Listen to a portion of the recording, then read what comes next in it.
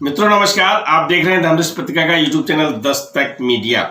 मैं विनोद शुक्ल आपको सुना रहा हूं बाबा नीम करोली की अद्भुत कथाएं। अद्भुत कथाओं के प्रसंग में हम आपको लिए चलते हैं फोर चर्च लेन, प्रयागराज, इलाहाबाद। और अभी तक जो कथाएं मैंने आपको सुनाई हैं उसमें दादा की अनुपस्थिति रही है या दीदी के संदर्भ से सुनाया है या किसी लेखक ने लेख लिखा है, और अगर आज हम उनसे मिलना चाहें तो उसमें से तो बहुत लोग पंचतत्व में विलीन हो चुके हैं। लेकिन आज का एक ऐसा प्रसंग है फोर चर्च लेन का जहां अनुभवकर्ता भी वहीं रह रहे हैं और जिनके साथ हुआ वो भी वहीं रह रही हैं। आप समझ गए ना, अशोका दीदी की बात कर रहा हूं मैं। अशोका दीदी से संबंध में आपको पहले बता चुका हूं। सुधीर दादा की पत्नी जो कमला मुखर्जी की छोटी बहन अशोका दीदी, तो आजकल अशोका दीदी वहीं रह रही हैं फोर चर्च लाइन में। एक दिन की बात है, इंद्रेश पांडे जी का यह अनुभव है। इंद्रेश पांडे जी भी वहीं रह रहे हैं। तो इंद्रेश पांडे जी गुरु पूर्णिमा के दिन प्रसाद वितरण में व्यस्त थे। दीदी के बारे में थोड़ा सा बता दूं आपको पहले कि अशोका दीदी एक बार एक कथा भी मैंने सुनाई थी, और लेकिन अगर वो कथा अगर आपने नहीं सुनी है तो आज मैं पुनः आपको बता देता हूं, बल्कि संक्षेप में बता रहा हूं कि अशोका दीदी वहां कैंची धाम में एक बार गई थी और दादा और कमला दीदी वहीं रुके थे और इन्होंने संन्यास लेने का मन बनाया था।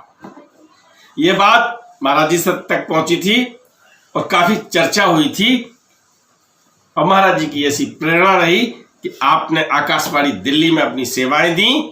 सेवा निवृत्त होने के बाद फिर संन्यास ले लिया। आज उनका संन्यास चल रहा है। सत्या बहन जी वहीं रहती हैं। तो वहां पर जो कैंची में आश्रम में जो बातचीत हुई थी संन्यास की, वो उनकी तब इच्छा पूर्ण हुई जब वो सेवा निवृत्त हो गई। तो ये घटना गुरु पूर्णिमा वाले दिन की है। इंद्रेश पांडे वहां प्रसाद वितरण में बिजी हैं और एकदम कोई काम याद आता है तो प्रसाद को छोड़कर वो अंदर की तरफ, आंगन की तरफ बढ़ते हैं। और जब आदमी कभी ज्यादा बिजी होता है तो आप देखते हैं वो ध्यानमग्न हो गया तो उसे ये नहीं समझ में आता कौन आगे से आ रहा है। वो अंदर की तरफ बढ़ते हैं और अंदर से अशोका दीदी निकल रही हैं।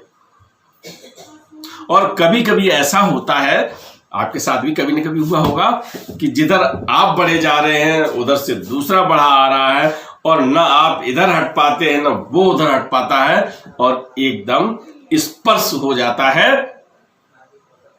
एक्सीडेंट नहीं कह रहा हूं तो वो चीज आई।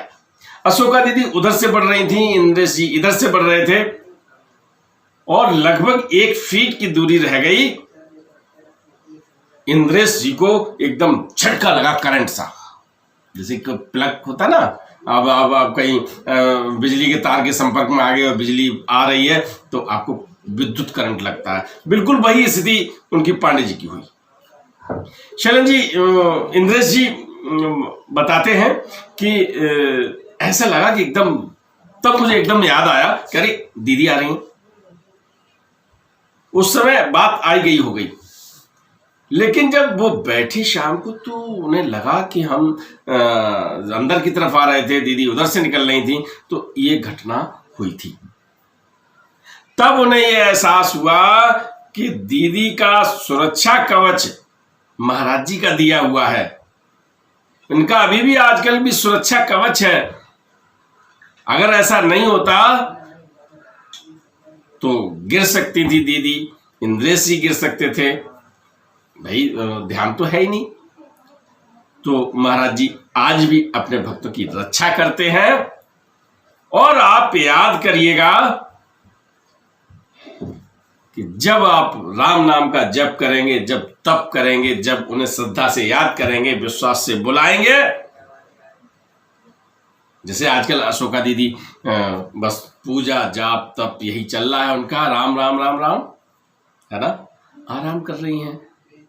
सत्या बहन जी से मेरी दूर फोन पर भी बात हुई है, तो वो सकुशल से हैं और राम राम का जप उनका चलता रहता है। तो मित्रों, महाराज जी का सुरक्षा कवच हर भक्त के साथ होता है।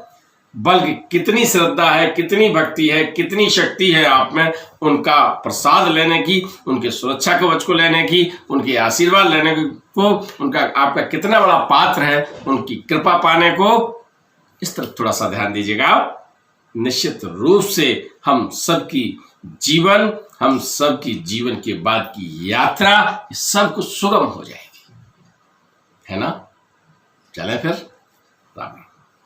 वीडियो पसंद आए तो लाइक कीजिए, शेयर कीजिए, सब्सक्राइब बटन पर क्लिक करके चैनल को सब्सक्राइब करें और बेल आइकन दबाना बिल्कुल ना भूलें, ताकि हमारे अपडेट वीडियो आपको मिलते रहें।